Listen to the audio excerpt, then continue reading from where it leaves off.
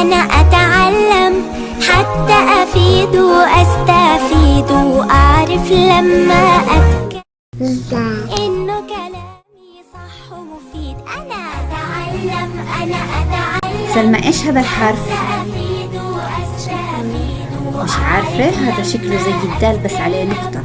إنه كلامي صح اسمه ذال. ذال. شاطرة سلمى. نبدأ من هون. صح، نبدأ من هون. هذا صوت الكلب. كلب ما بيجي. سمعتي صوت كلب؟ دال مثل كلب. دال مثل الكلب.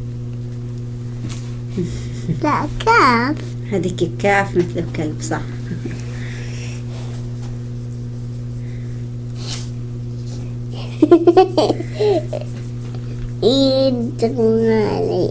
تعمل علي.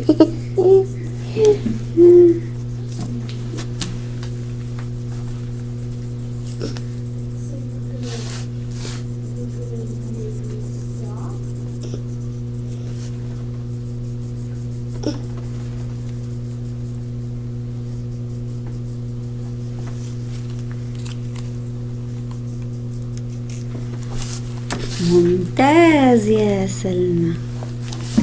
ذال. تقدر تلاقي لي حرف الذال هون؟ هيها. ذال مثله ذيل.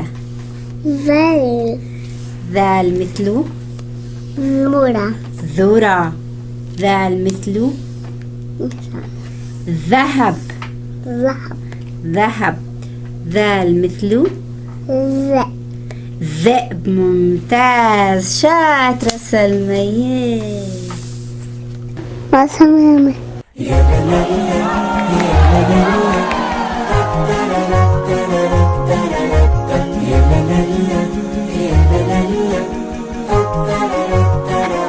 I'm very glad you decided to join us today. Today we are going to be reading a very exciting story.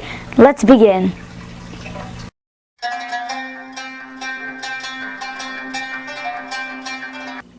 Assalamu alaikum. Today we have Sarah al-Qafahi to help us read this story. Hope you enjoy. Assalamu alaikum. Tale of a Fish.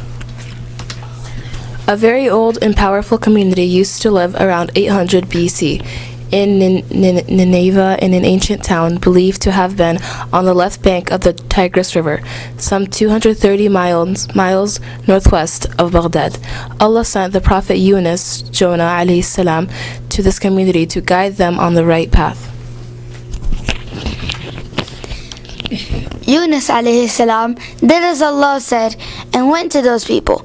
He gave them his message and warned them to turn away from their wickedness. Yunus alayhi salam preached to them for a long time, but they paid no heed to his words. When he realized that they intended to continue on the wrong path, he warned them about how bad their actions were, and that at the end they might be made to suffer.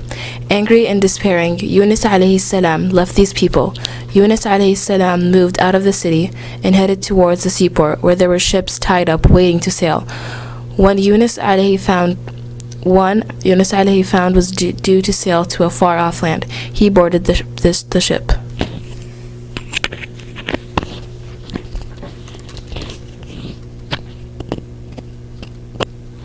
As soon as it was out of sea, the sky grew dark, and there was a terrible storm. The fierce wind began to whip the water up into huge waves, which crashed against the hull of the ship. As the storm grew worse, the waves became like towering walls of water, which came crashing down on the ship's deck. Sailors worked with all of their strength to try and keep the ship on course. They even threw some of the cargo overboard to make the ship easier to control, but the ship's strong timber seemed as thin as matchwood in the teeth of the storm. Soon they knew it would break up and they would all drown. Thinking their ill luck was due to some slave having run away from his master, they drew lots to find the runaway and hurl him overboard. The name of Yunus was picked out in the draw, so he was forced to jump off from the ship. As he struggled in the water, gasping for breath, a great whale appeared out of the depths of the sea and swallowed him up. The fish that swallowed Yunus alayhi salam may have been a sperm whale. Such whales are known to visit the eastern Mediterranean Sea, which with their large throats can swallow the body of a man whole. Suddenly, Yunus alayhi salam found himself in the dark, damp insides of the huge fish. He had not drowned. He was still alive. Now Yunus alayhi salam realized that he had left the people of Nineveh too early without completing the task assigned by Allah. As a rule, once it became clear that a nation had rejected Allah's message, the Prophet who had been the bearer of that message was commanded by Allah to leave, but only if he had done his very best to reform his hearers. Then Allah punished the erring people as a mark of his wrath. But Yunus alayhi salam had not waited for Allah's order. He had simply gone away, leaving the people of Nineveh to their doom.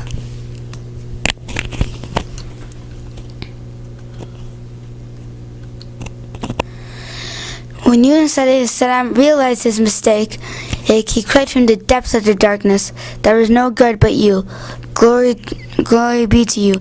I have done wrong." Allah heard these prayers, and the Quran said if he had not said he was sorry and glorified Allah in his prayers, he would have stayed in the belly of the fish till the day of judgment. The fish, by the command of Allah, swam close to the land and brought Yunus alayhi salam safely on the beach, where he found himself under a tree called the Yatqeen, gourd tree. It shaded him from the heat of the sun while he recovered from his ordeal. It also gave him delicious fruit full of juice to quench his thirst. Yunus alayhi salam then returned to his people and preached to them again. All of them, over 100,000, responded to his call. The lesson in the story of the Prophet Yunus alayhi salam is twofold. Firstly, the great duty to deliver the message of Allah to others now falls on every Muslim. If we ignore this duty and became desperate as Yunus alayhi salam was at first, we will be found guilty of not carrying out the task set for us by Allah. Secondly, the courage which was shown by Yunus alayhi salam as he nearly drowned is a great example and shows us that we should never despair of the mercy of Allah. If we are on the right path and say we are sorry for our failings, Allah will help us as miraculously as He did when Yunus alayhi salam was saved from the raging sea by the giant fish.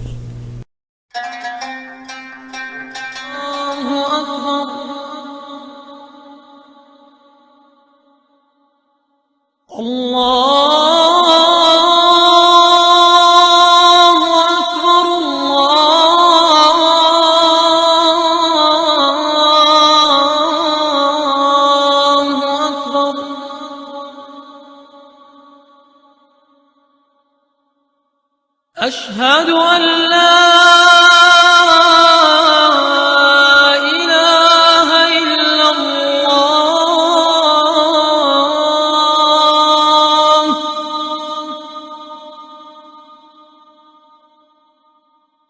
أشهد أن لا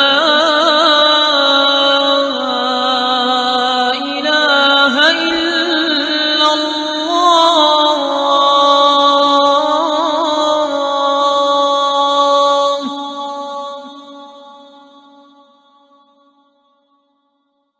أشهد أن محمدًا رسول الله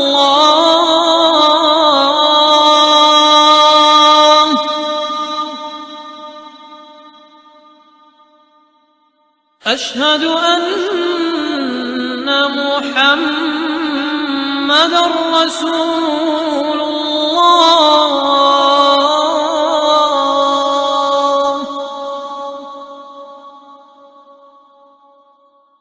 حي على الصلاة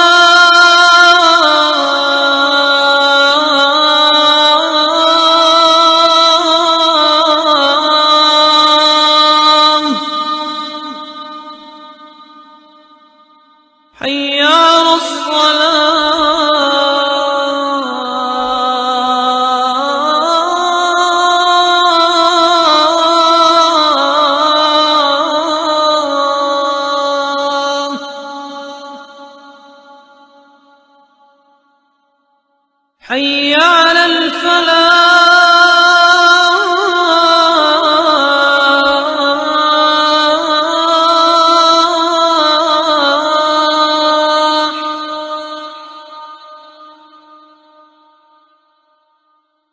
حي على الفلاح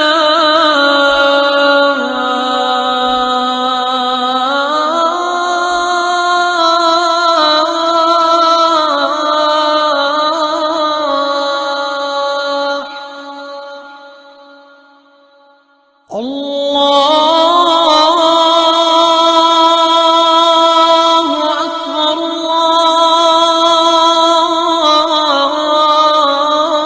الله أكبر لا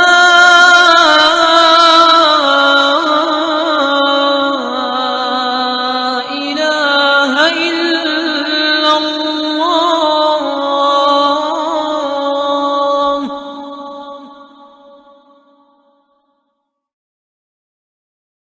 اللهم إني لك صمت وبك آمنت وعليك توكلت وعلى رزقك أفطرت ذهب الظمأ وابتلت العروق وثبت الأجر إن شاء الله. O Allah, I fasted for you and I believe in you and I put my trust in you and I break my fast with your sustenance. The thirst has gone and the veins are quenched and reward is confirmed if Allah wills.